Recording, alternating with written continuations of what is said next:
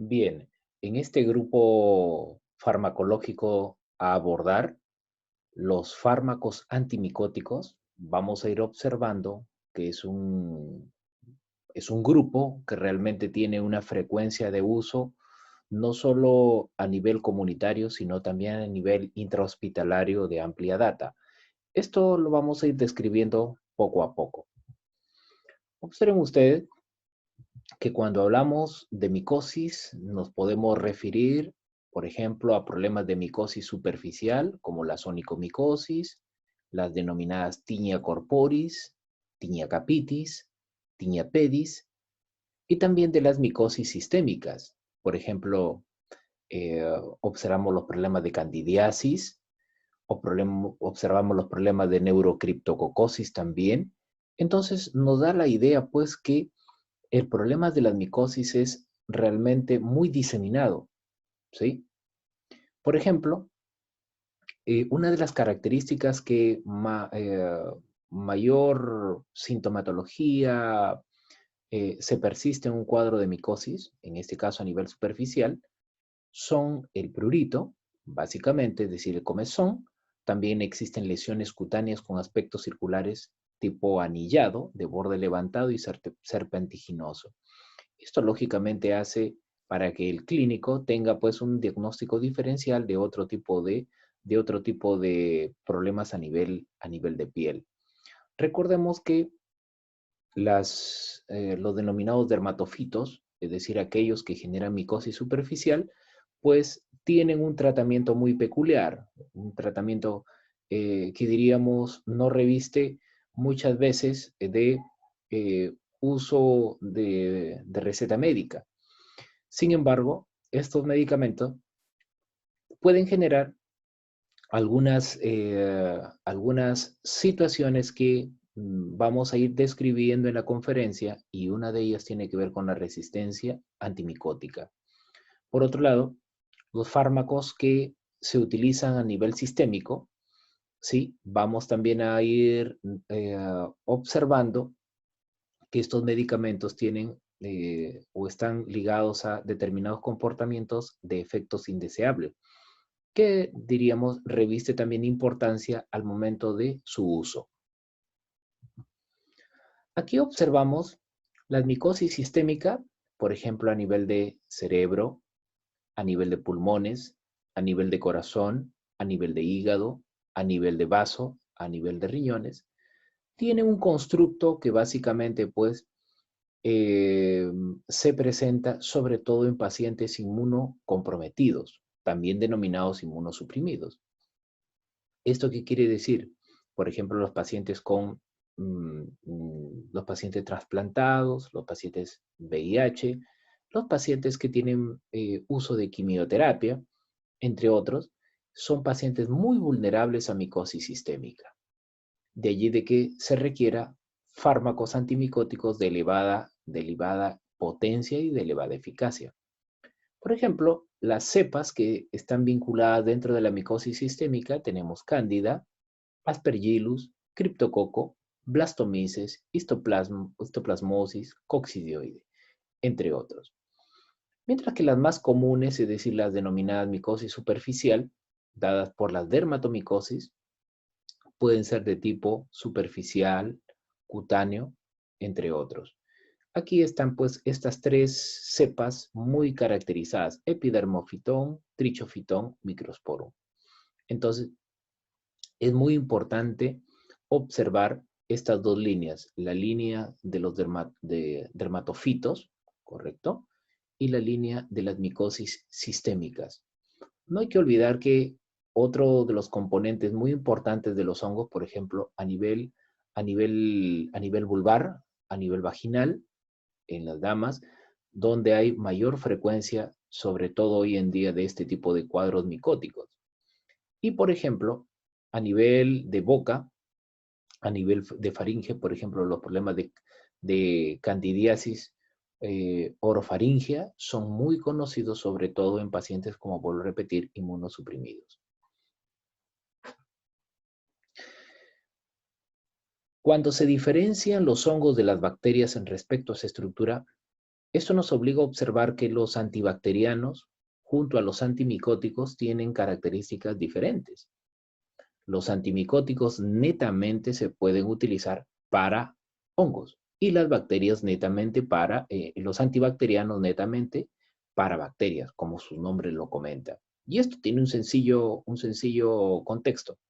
Los hongos tienen una infraestructura totalmente diferente a las bacterias. Por ejemplo, la cantidad de ergosterol, en este caso, observada en los hongos, la pared celular, en este caso, dada por glucano, magnano, quitina, en los hongos, es totalmente diferente, ¿sí? Al de las bacterias. Las bacterias tienen un componente llamado peptidoglucano, que las hace muy sensibles justamente al grupo farmacológico de determinados antibacterianos. Sin embargo, los hongos, por esta infraestructura que tienen no solo en su pared, sino también en su membrana celular, los hace ciertamente diferentes a las de bacterias. Y es por eso que los grupos farmacológicos pues tienen una identidad clara al momento de ser utilizado a nivel de micosis. Si observamos aquí la micosis superficial, por ejemplo, el caso de la grisiofulvina es un fungistático, se utiliza sobre todo para este tipo de dermatofitos. Tenemos el trichofitón, el microsporum, el epidermofitón. Su farmacocinética, lo vemos también, es ultracristalina, se absorbe de manera casi completa y su posología va de 500 a 1000 miligramos al día y en los niños de 10 a 15 miligramos por kilogramo de peso corporal. Fíjense que la grisiofulvina tiene un comportamiento. Tiña corporis, tiña capitis, tiña pedis. Estamos hablando de micosis superficial. 2 a 4 semanas aproximadamente en la corporis, la capitis de 4 a 6 semanas y la tiña pedis un poco más de 4 a 8 semanas. Este es un fármaco que requiere el uso o su consumo en alimentos ricos en grasa. Tiene una mejor absorción. Hay que tener mucha prudencia en el caso de las pacientes gestantes. Presenta también fotosensibilidad, se ha podido observar a la radiación solar una vez que se utiliza, en este caso, el medicamento. Y a veces, pues, también se genera cefalea. El caso de la nistatina, como vemos, también de uso en micosis superficial. La nistatina, por ejemplo, puede, en este caso, viene vía tópica, ¿sí? También vía oral. Recordemos lo siguiente.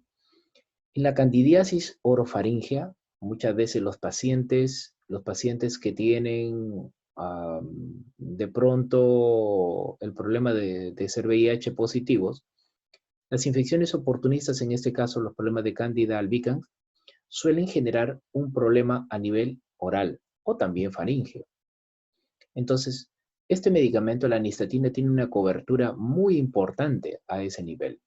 Vienen en tabletas masticables que pueden facilitar, en este caso, pues, su acción antimicótica a nivel del sitio de desarrollo de la micosis. También el fármaco tiene cobertura como antibiótico poliénico que es a nivel de vulvovaginitis. Viene también en este caso a nivel de óvulos vaginales, que esto lo que va a permitir es también su actuar y su cobertura antimicótica a nivel vulvar. Su farmacocinética es, observemos, al ser un antibiótico poliénico, es altamente polar y por ende su absorción, si se administra vía oral, es decir, si el paciente está utilizando las tabletas masticables y de pronto traga alguna pequeña cantidad del medicamento, involuntariamente, recordar que el medicamento, su polaridad, no permite, en este caso, una absorción. Por ende, su absorción es nula y se excreta por las heces. La posología, solamente en este caso estamos observando que en las farmacopeas se menciona más de 5 años, entre 200.000 a 400.000 unidades internacionales. Y cada 4 a 6 horas por 14 días. En el caso de el clotrimazol, estamos hablando también de micosis superficial, es un producto muy utilizado, lamentablemente hasta por automedicación, ¿sí?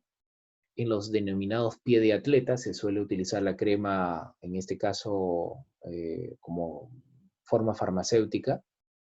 También vienen óvulos vaginales, estamos hablando de una acción a nivel de vulvaginitis también. Por ende, entonces, su espectro se suele concentrar también en Candida albicans, candidiasis vulvaginal y de tipo cutánea. Recordar que el producto muchas veces también no solamente viene clotrimazol solo, y se ha podido observar que la industria farmacéutica a través del producto que contiene clotrimazol, neomicina y también un corticoide como es la dexametasona suelen venir también para poder ser administrado. Tener mucho cuidado porque el hecho de utilizar corticoterapia vuelve nuevamente el problema de resistencia. Resistencia nuevamente a volver a hacer el uso de este tipo de antimicótico. Tener mucho cuidado. En la posología se administra a nivel de, si es en este caso, óvulos o crema, por la noche durante 7 días. Es un tópico, si se administra de manera tópica, se administra en el área afectada 2 veces al día.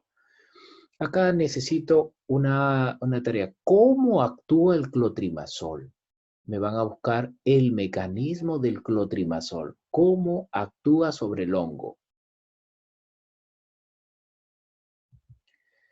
En el caso de las micosis sistémicas, tenemos a este medicamento denominado anfotericina B. Es un medicamento, es un antibiótico poliénico macrólido, su peso molecular es alto. Sin embargo, su espectro sobre Candida albicans, Histoplasma capsulatum, Cryptococcus neoformans, el Coccidioides simmitis, pues ha permitido tener una cobertura ciertamente importante de esta anfotericina B.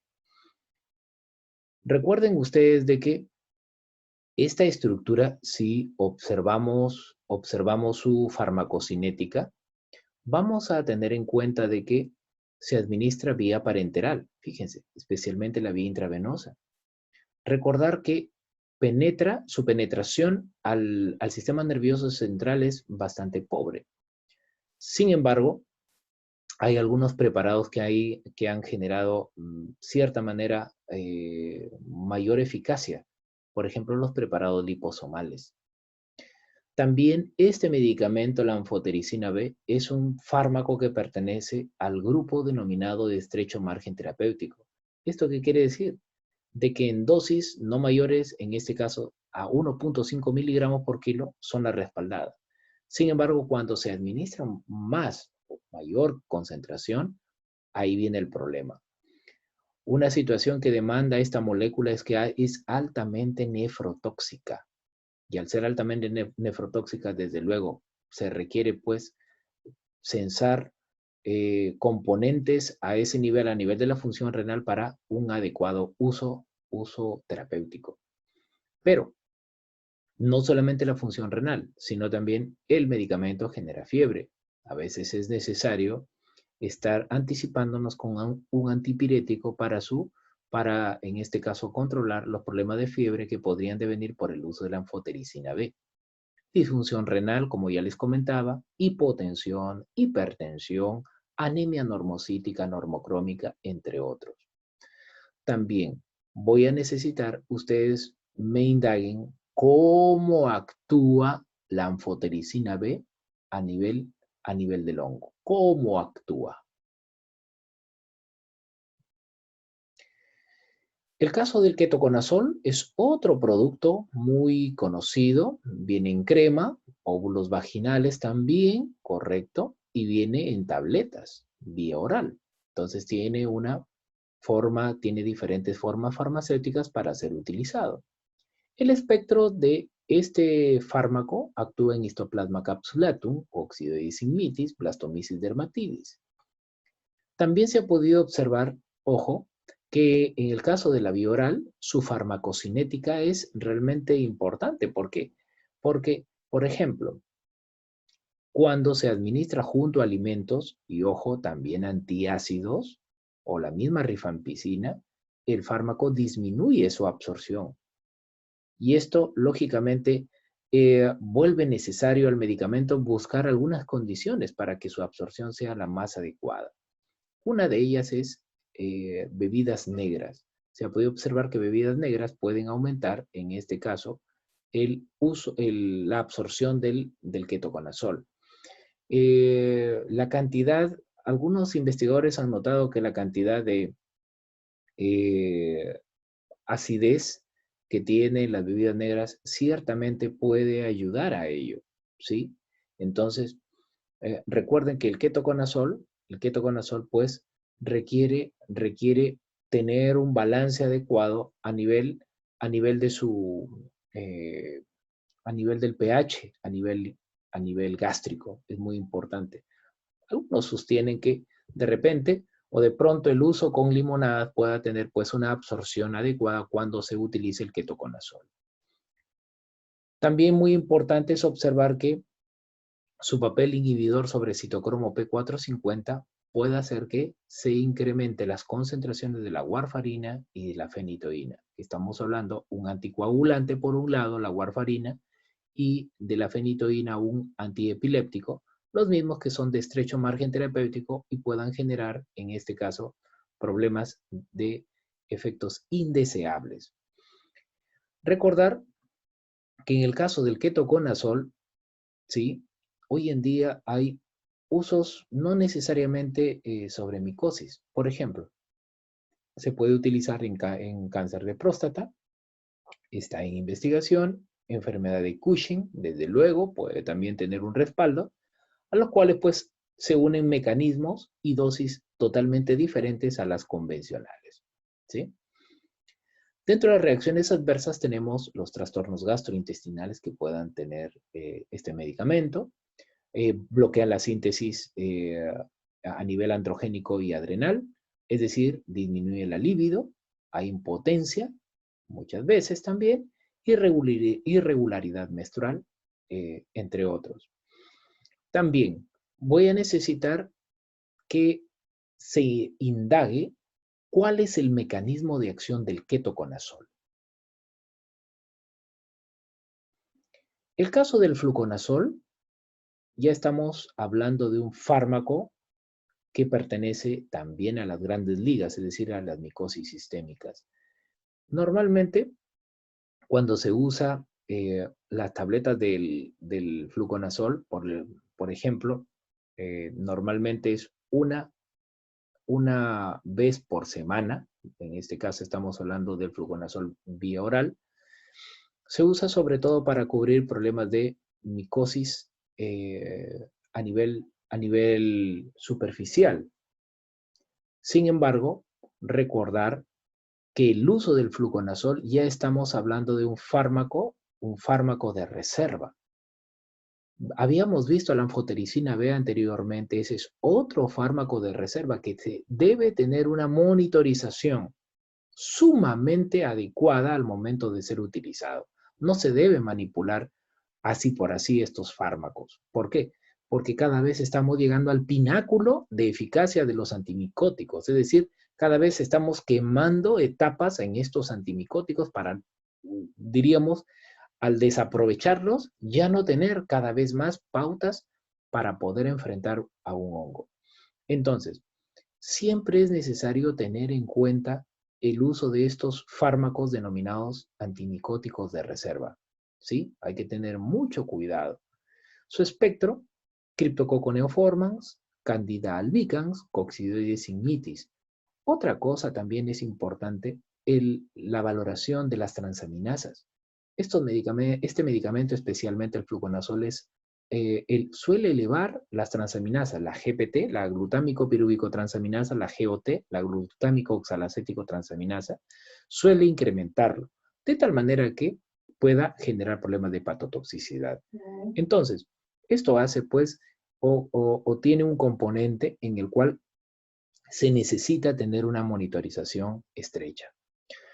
Su farmacocinética viene vía oral, viene vía intravenosa desde luego también. Su absorción es bastante aceptable, es buena. Su unión a proteínas plasmáticas es mínima. Esto hace que su parte libre también esté aumentada. Su distribución es a nivel del sistema nervioso central. Observen que este criptococo neoformans, habíamos visto inicialmente el problema de la criptococosis, denominada también neurocriptococosis. Normalmente aquí es un cuadro en el cual el clínico requiere pues indagar a nivel de una punción lumbar. Se le coloca en este caso una pequeña cantidad de líquido cefalorraquídeo para poder llevar la tinta china, en donde se puede observar el crecimiento de este criptococo neoformans. De esa manera podemos ver si es o no positivo este tipo de hongo. Una vez que el diagnóstico es una neurocriptococosis, el caso del fluconazol es un medicamento de alta eficacia sobre ello. Entonces, ya que su distribución y su farmacocinética permite a nivel del sistema nervioso central una buena acción. Se excreta a nivel renal, básicamente. En el caso del voriconazol, fíjense, es otro antibiótico de reserva, pertenece a esta línea, también se tiene pues un cuidado especial frente al uso del voriconazol. Su espectro es Candida, Aspergillus, sobre todo a nivel esofágico y, en este caso, con problemas de candidemia. Es un fármaco triazol, su farmacocinética es buena, ¿sí? Su biodisponibilidad, su unión a proteínas plasmáticas llega hasta el 58%, ¿sí? Su metabolismo, fíjense, tiene una variante hepática a nivel le denominan es SNP, que es una variante polimórfica en la cual puede existir metabolizadores lentos y pueden existir metabolizadores rápidos, ¿sí? Entonces, ¿esto qué cosa puede conllevar? Ante una adecuada concentración, metabolismo lento, ¿sí? Hay pequeña proporción de enzimas hepáticas a nivel de citocromo P450 y esto hace que aumente la concentración del voriconazol. Pero también hablamos de metabolismo rápido, en donde la concentración del voriconazol disminuye. Es muy importante ver que algunos medicamentos tienen estas variantes polimórficas, sobre todo a nivel de biotransformación. Su excreción es a nivel renal y a nivel de heces. Sus reacciones adversas tenemos visuales, psiquiátricas, hepatotoxicidad, nefrotoxicidad básicamente. Y a nivel de niños, su uso en mayores de 12 años se ha observado. Su sustrato es el citocromo P450, ¿sí? Y en dosis de 6 miligramos por kilo intravenosa cada 12 horas y 200 miligramos cada también 12 horas. La caspofungina es otro fármaco antibiótico de reserva, ¿sí? Fíjense, ya vamos viendo la anfotericina B, hemos visto también el fluconazol, antibiótico de reserva.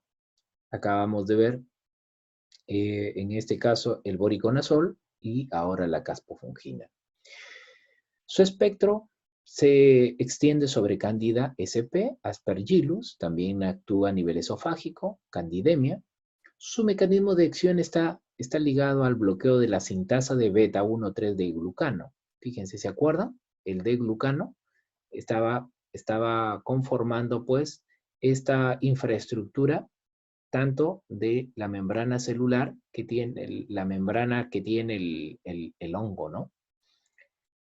La farmacocinética, su unión a proteínas plasmáticas llega hasta el 97%, su metabolismo es hepático y su excreción es a nivel renal y en heces. Sus reacciones adversas pues tiene entre ellas la anemia, hepatotoxicidad. Esto es muy importante, que también tener mucho ojo al momento de valorar, en este caso, el perfil hepático del paciente. Su asociación con ciclosporina, diríamos, está contraindicada.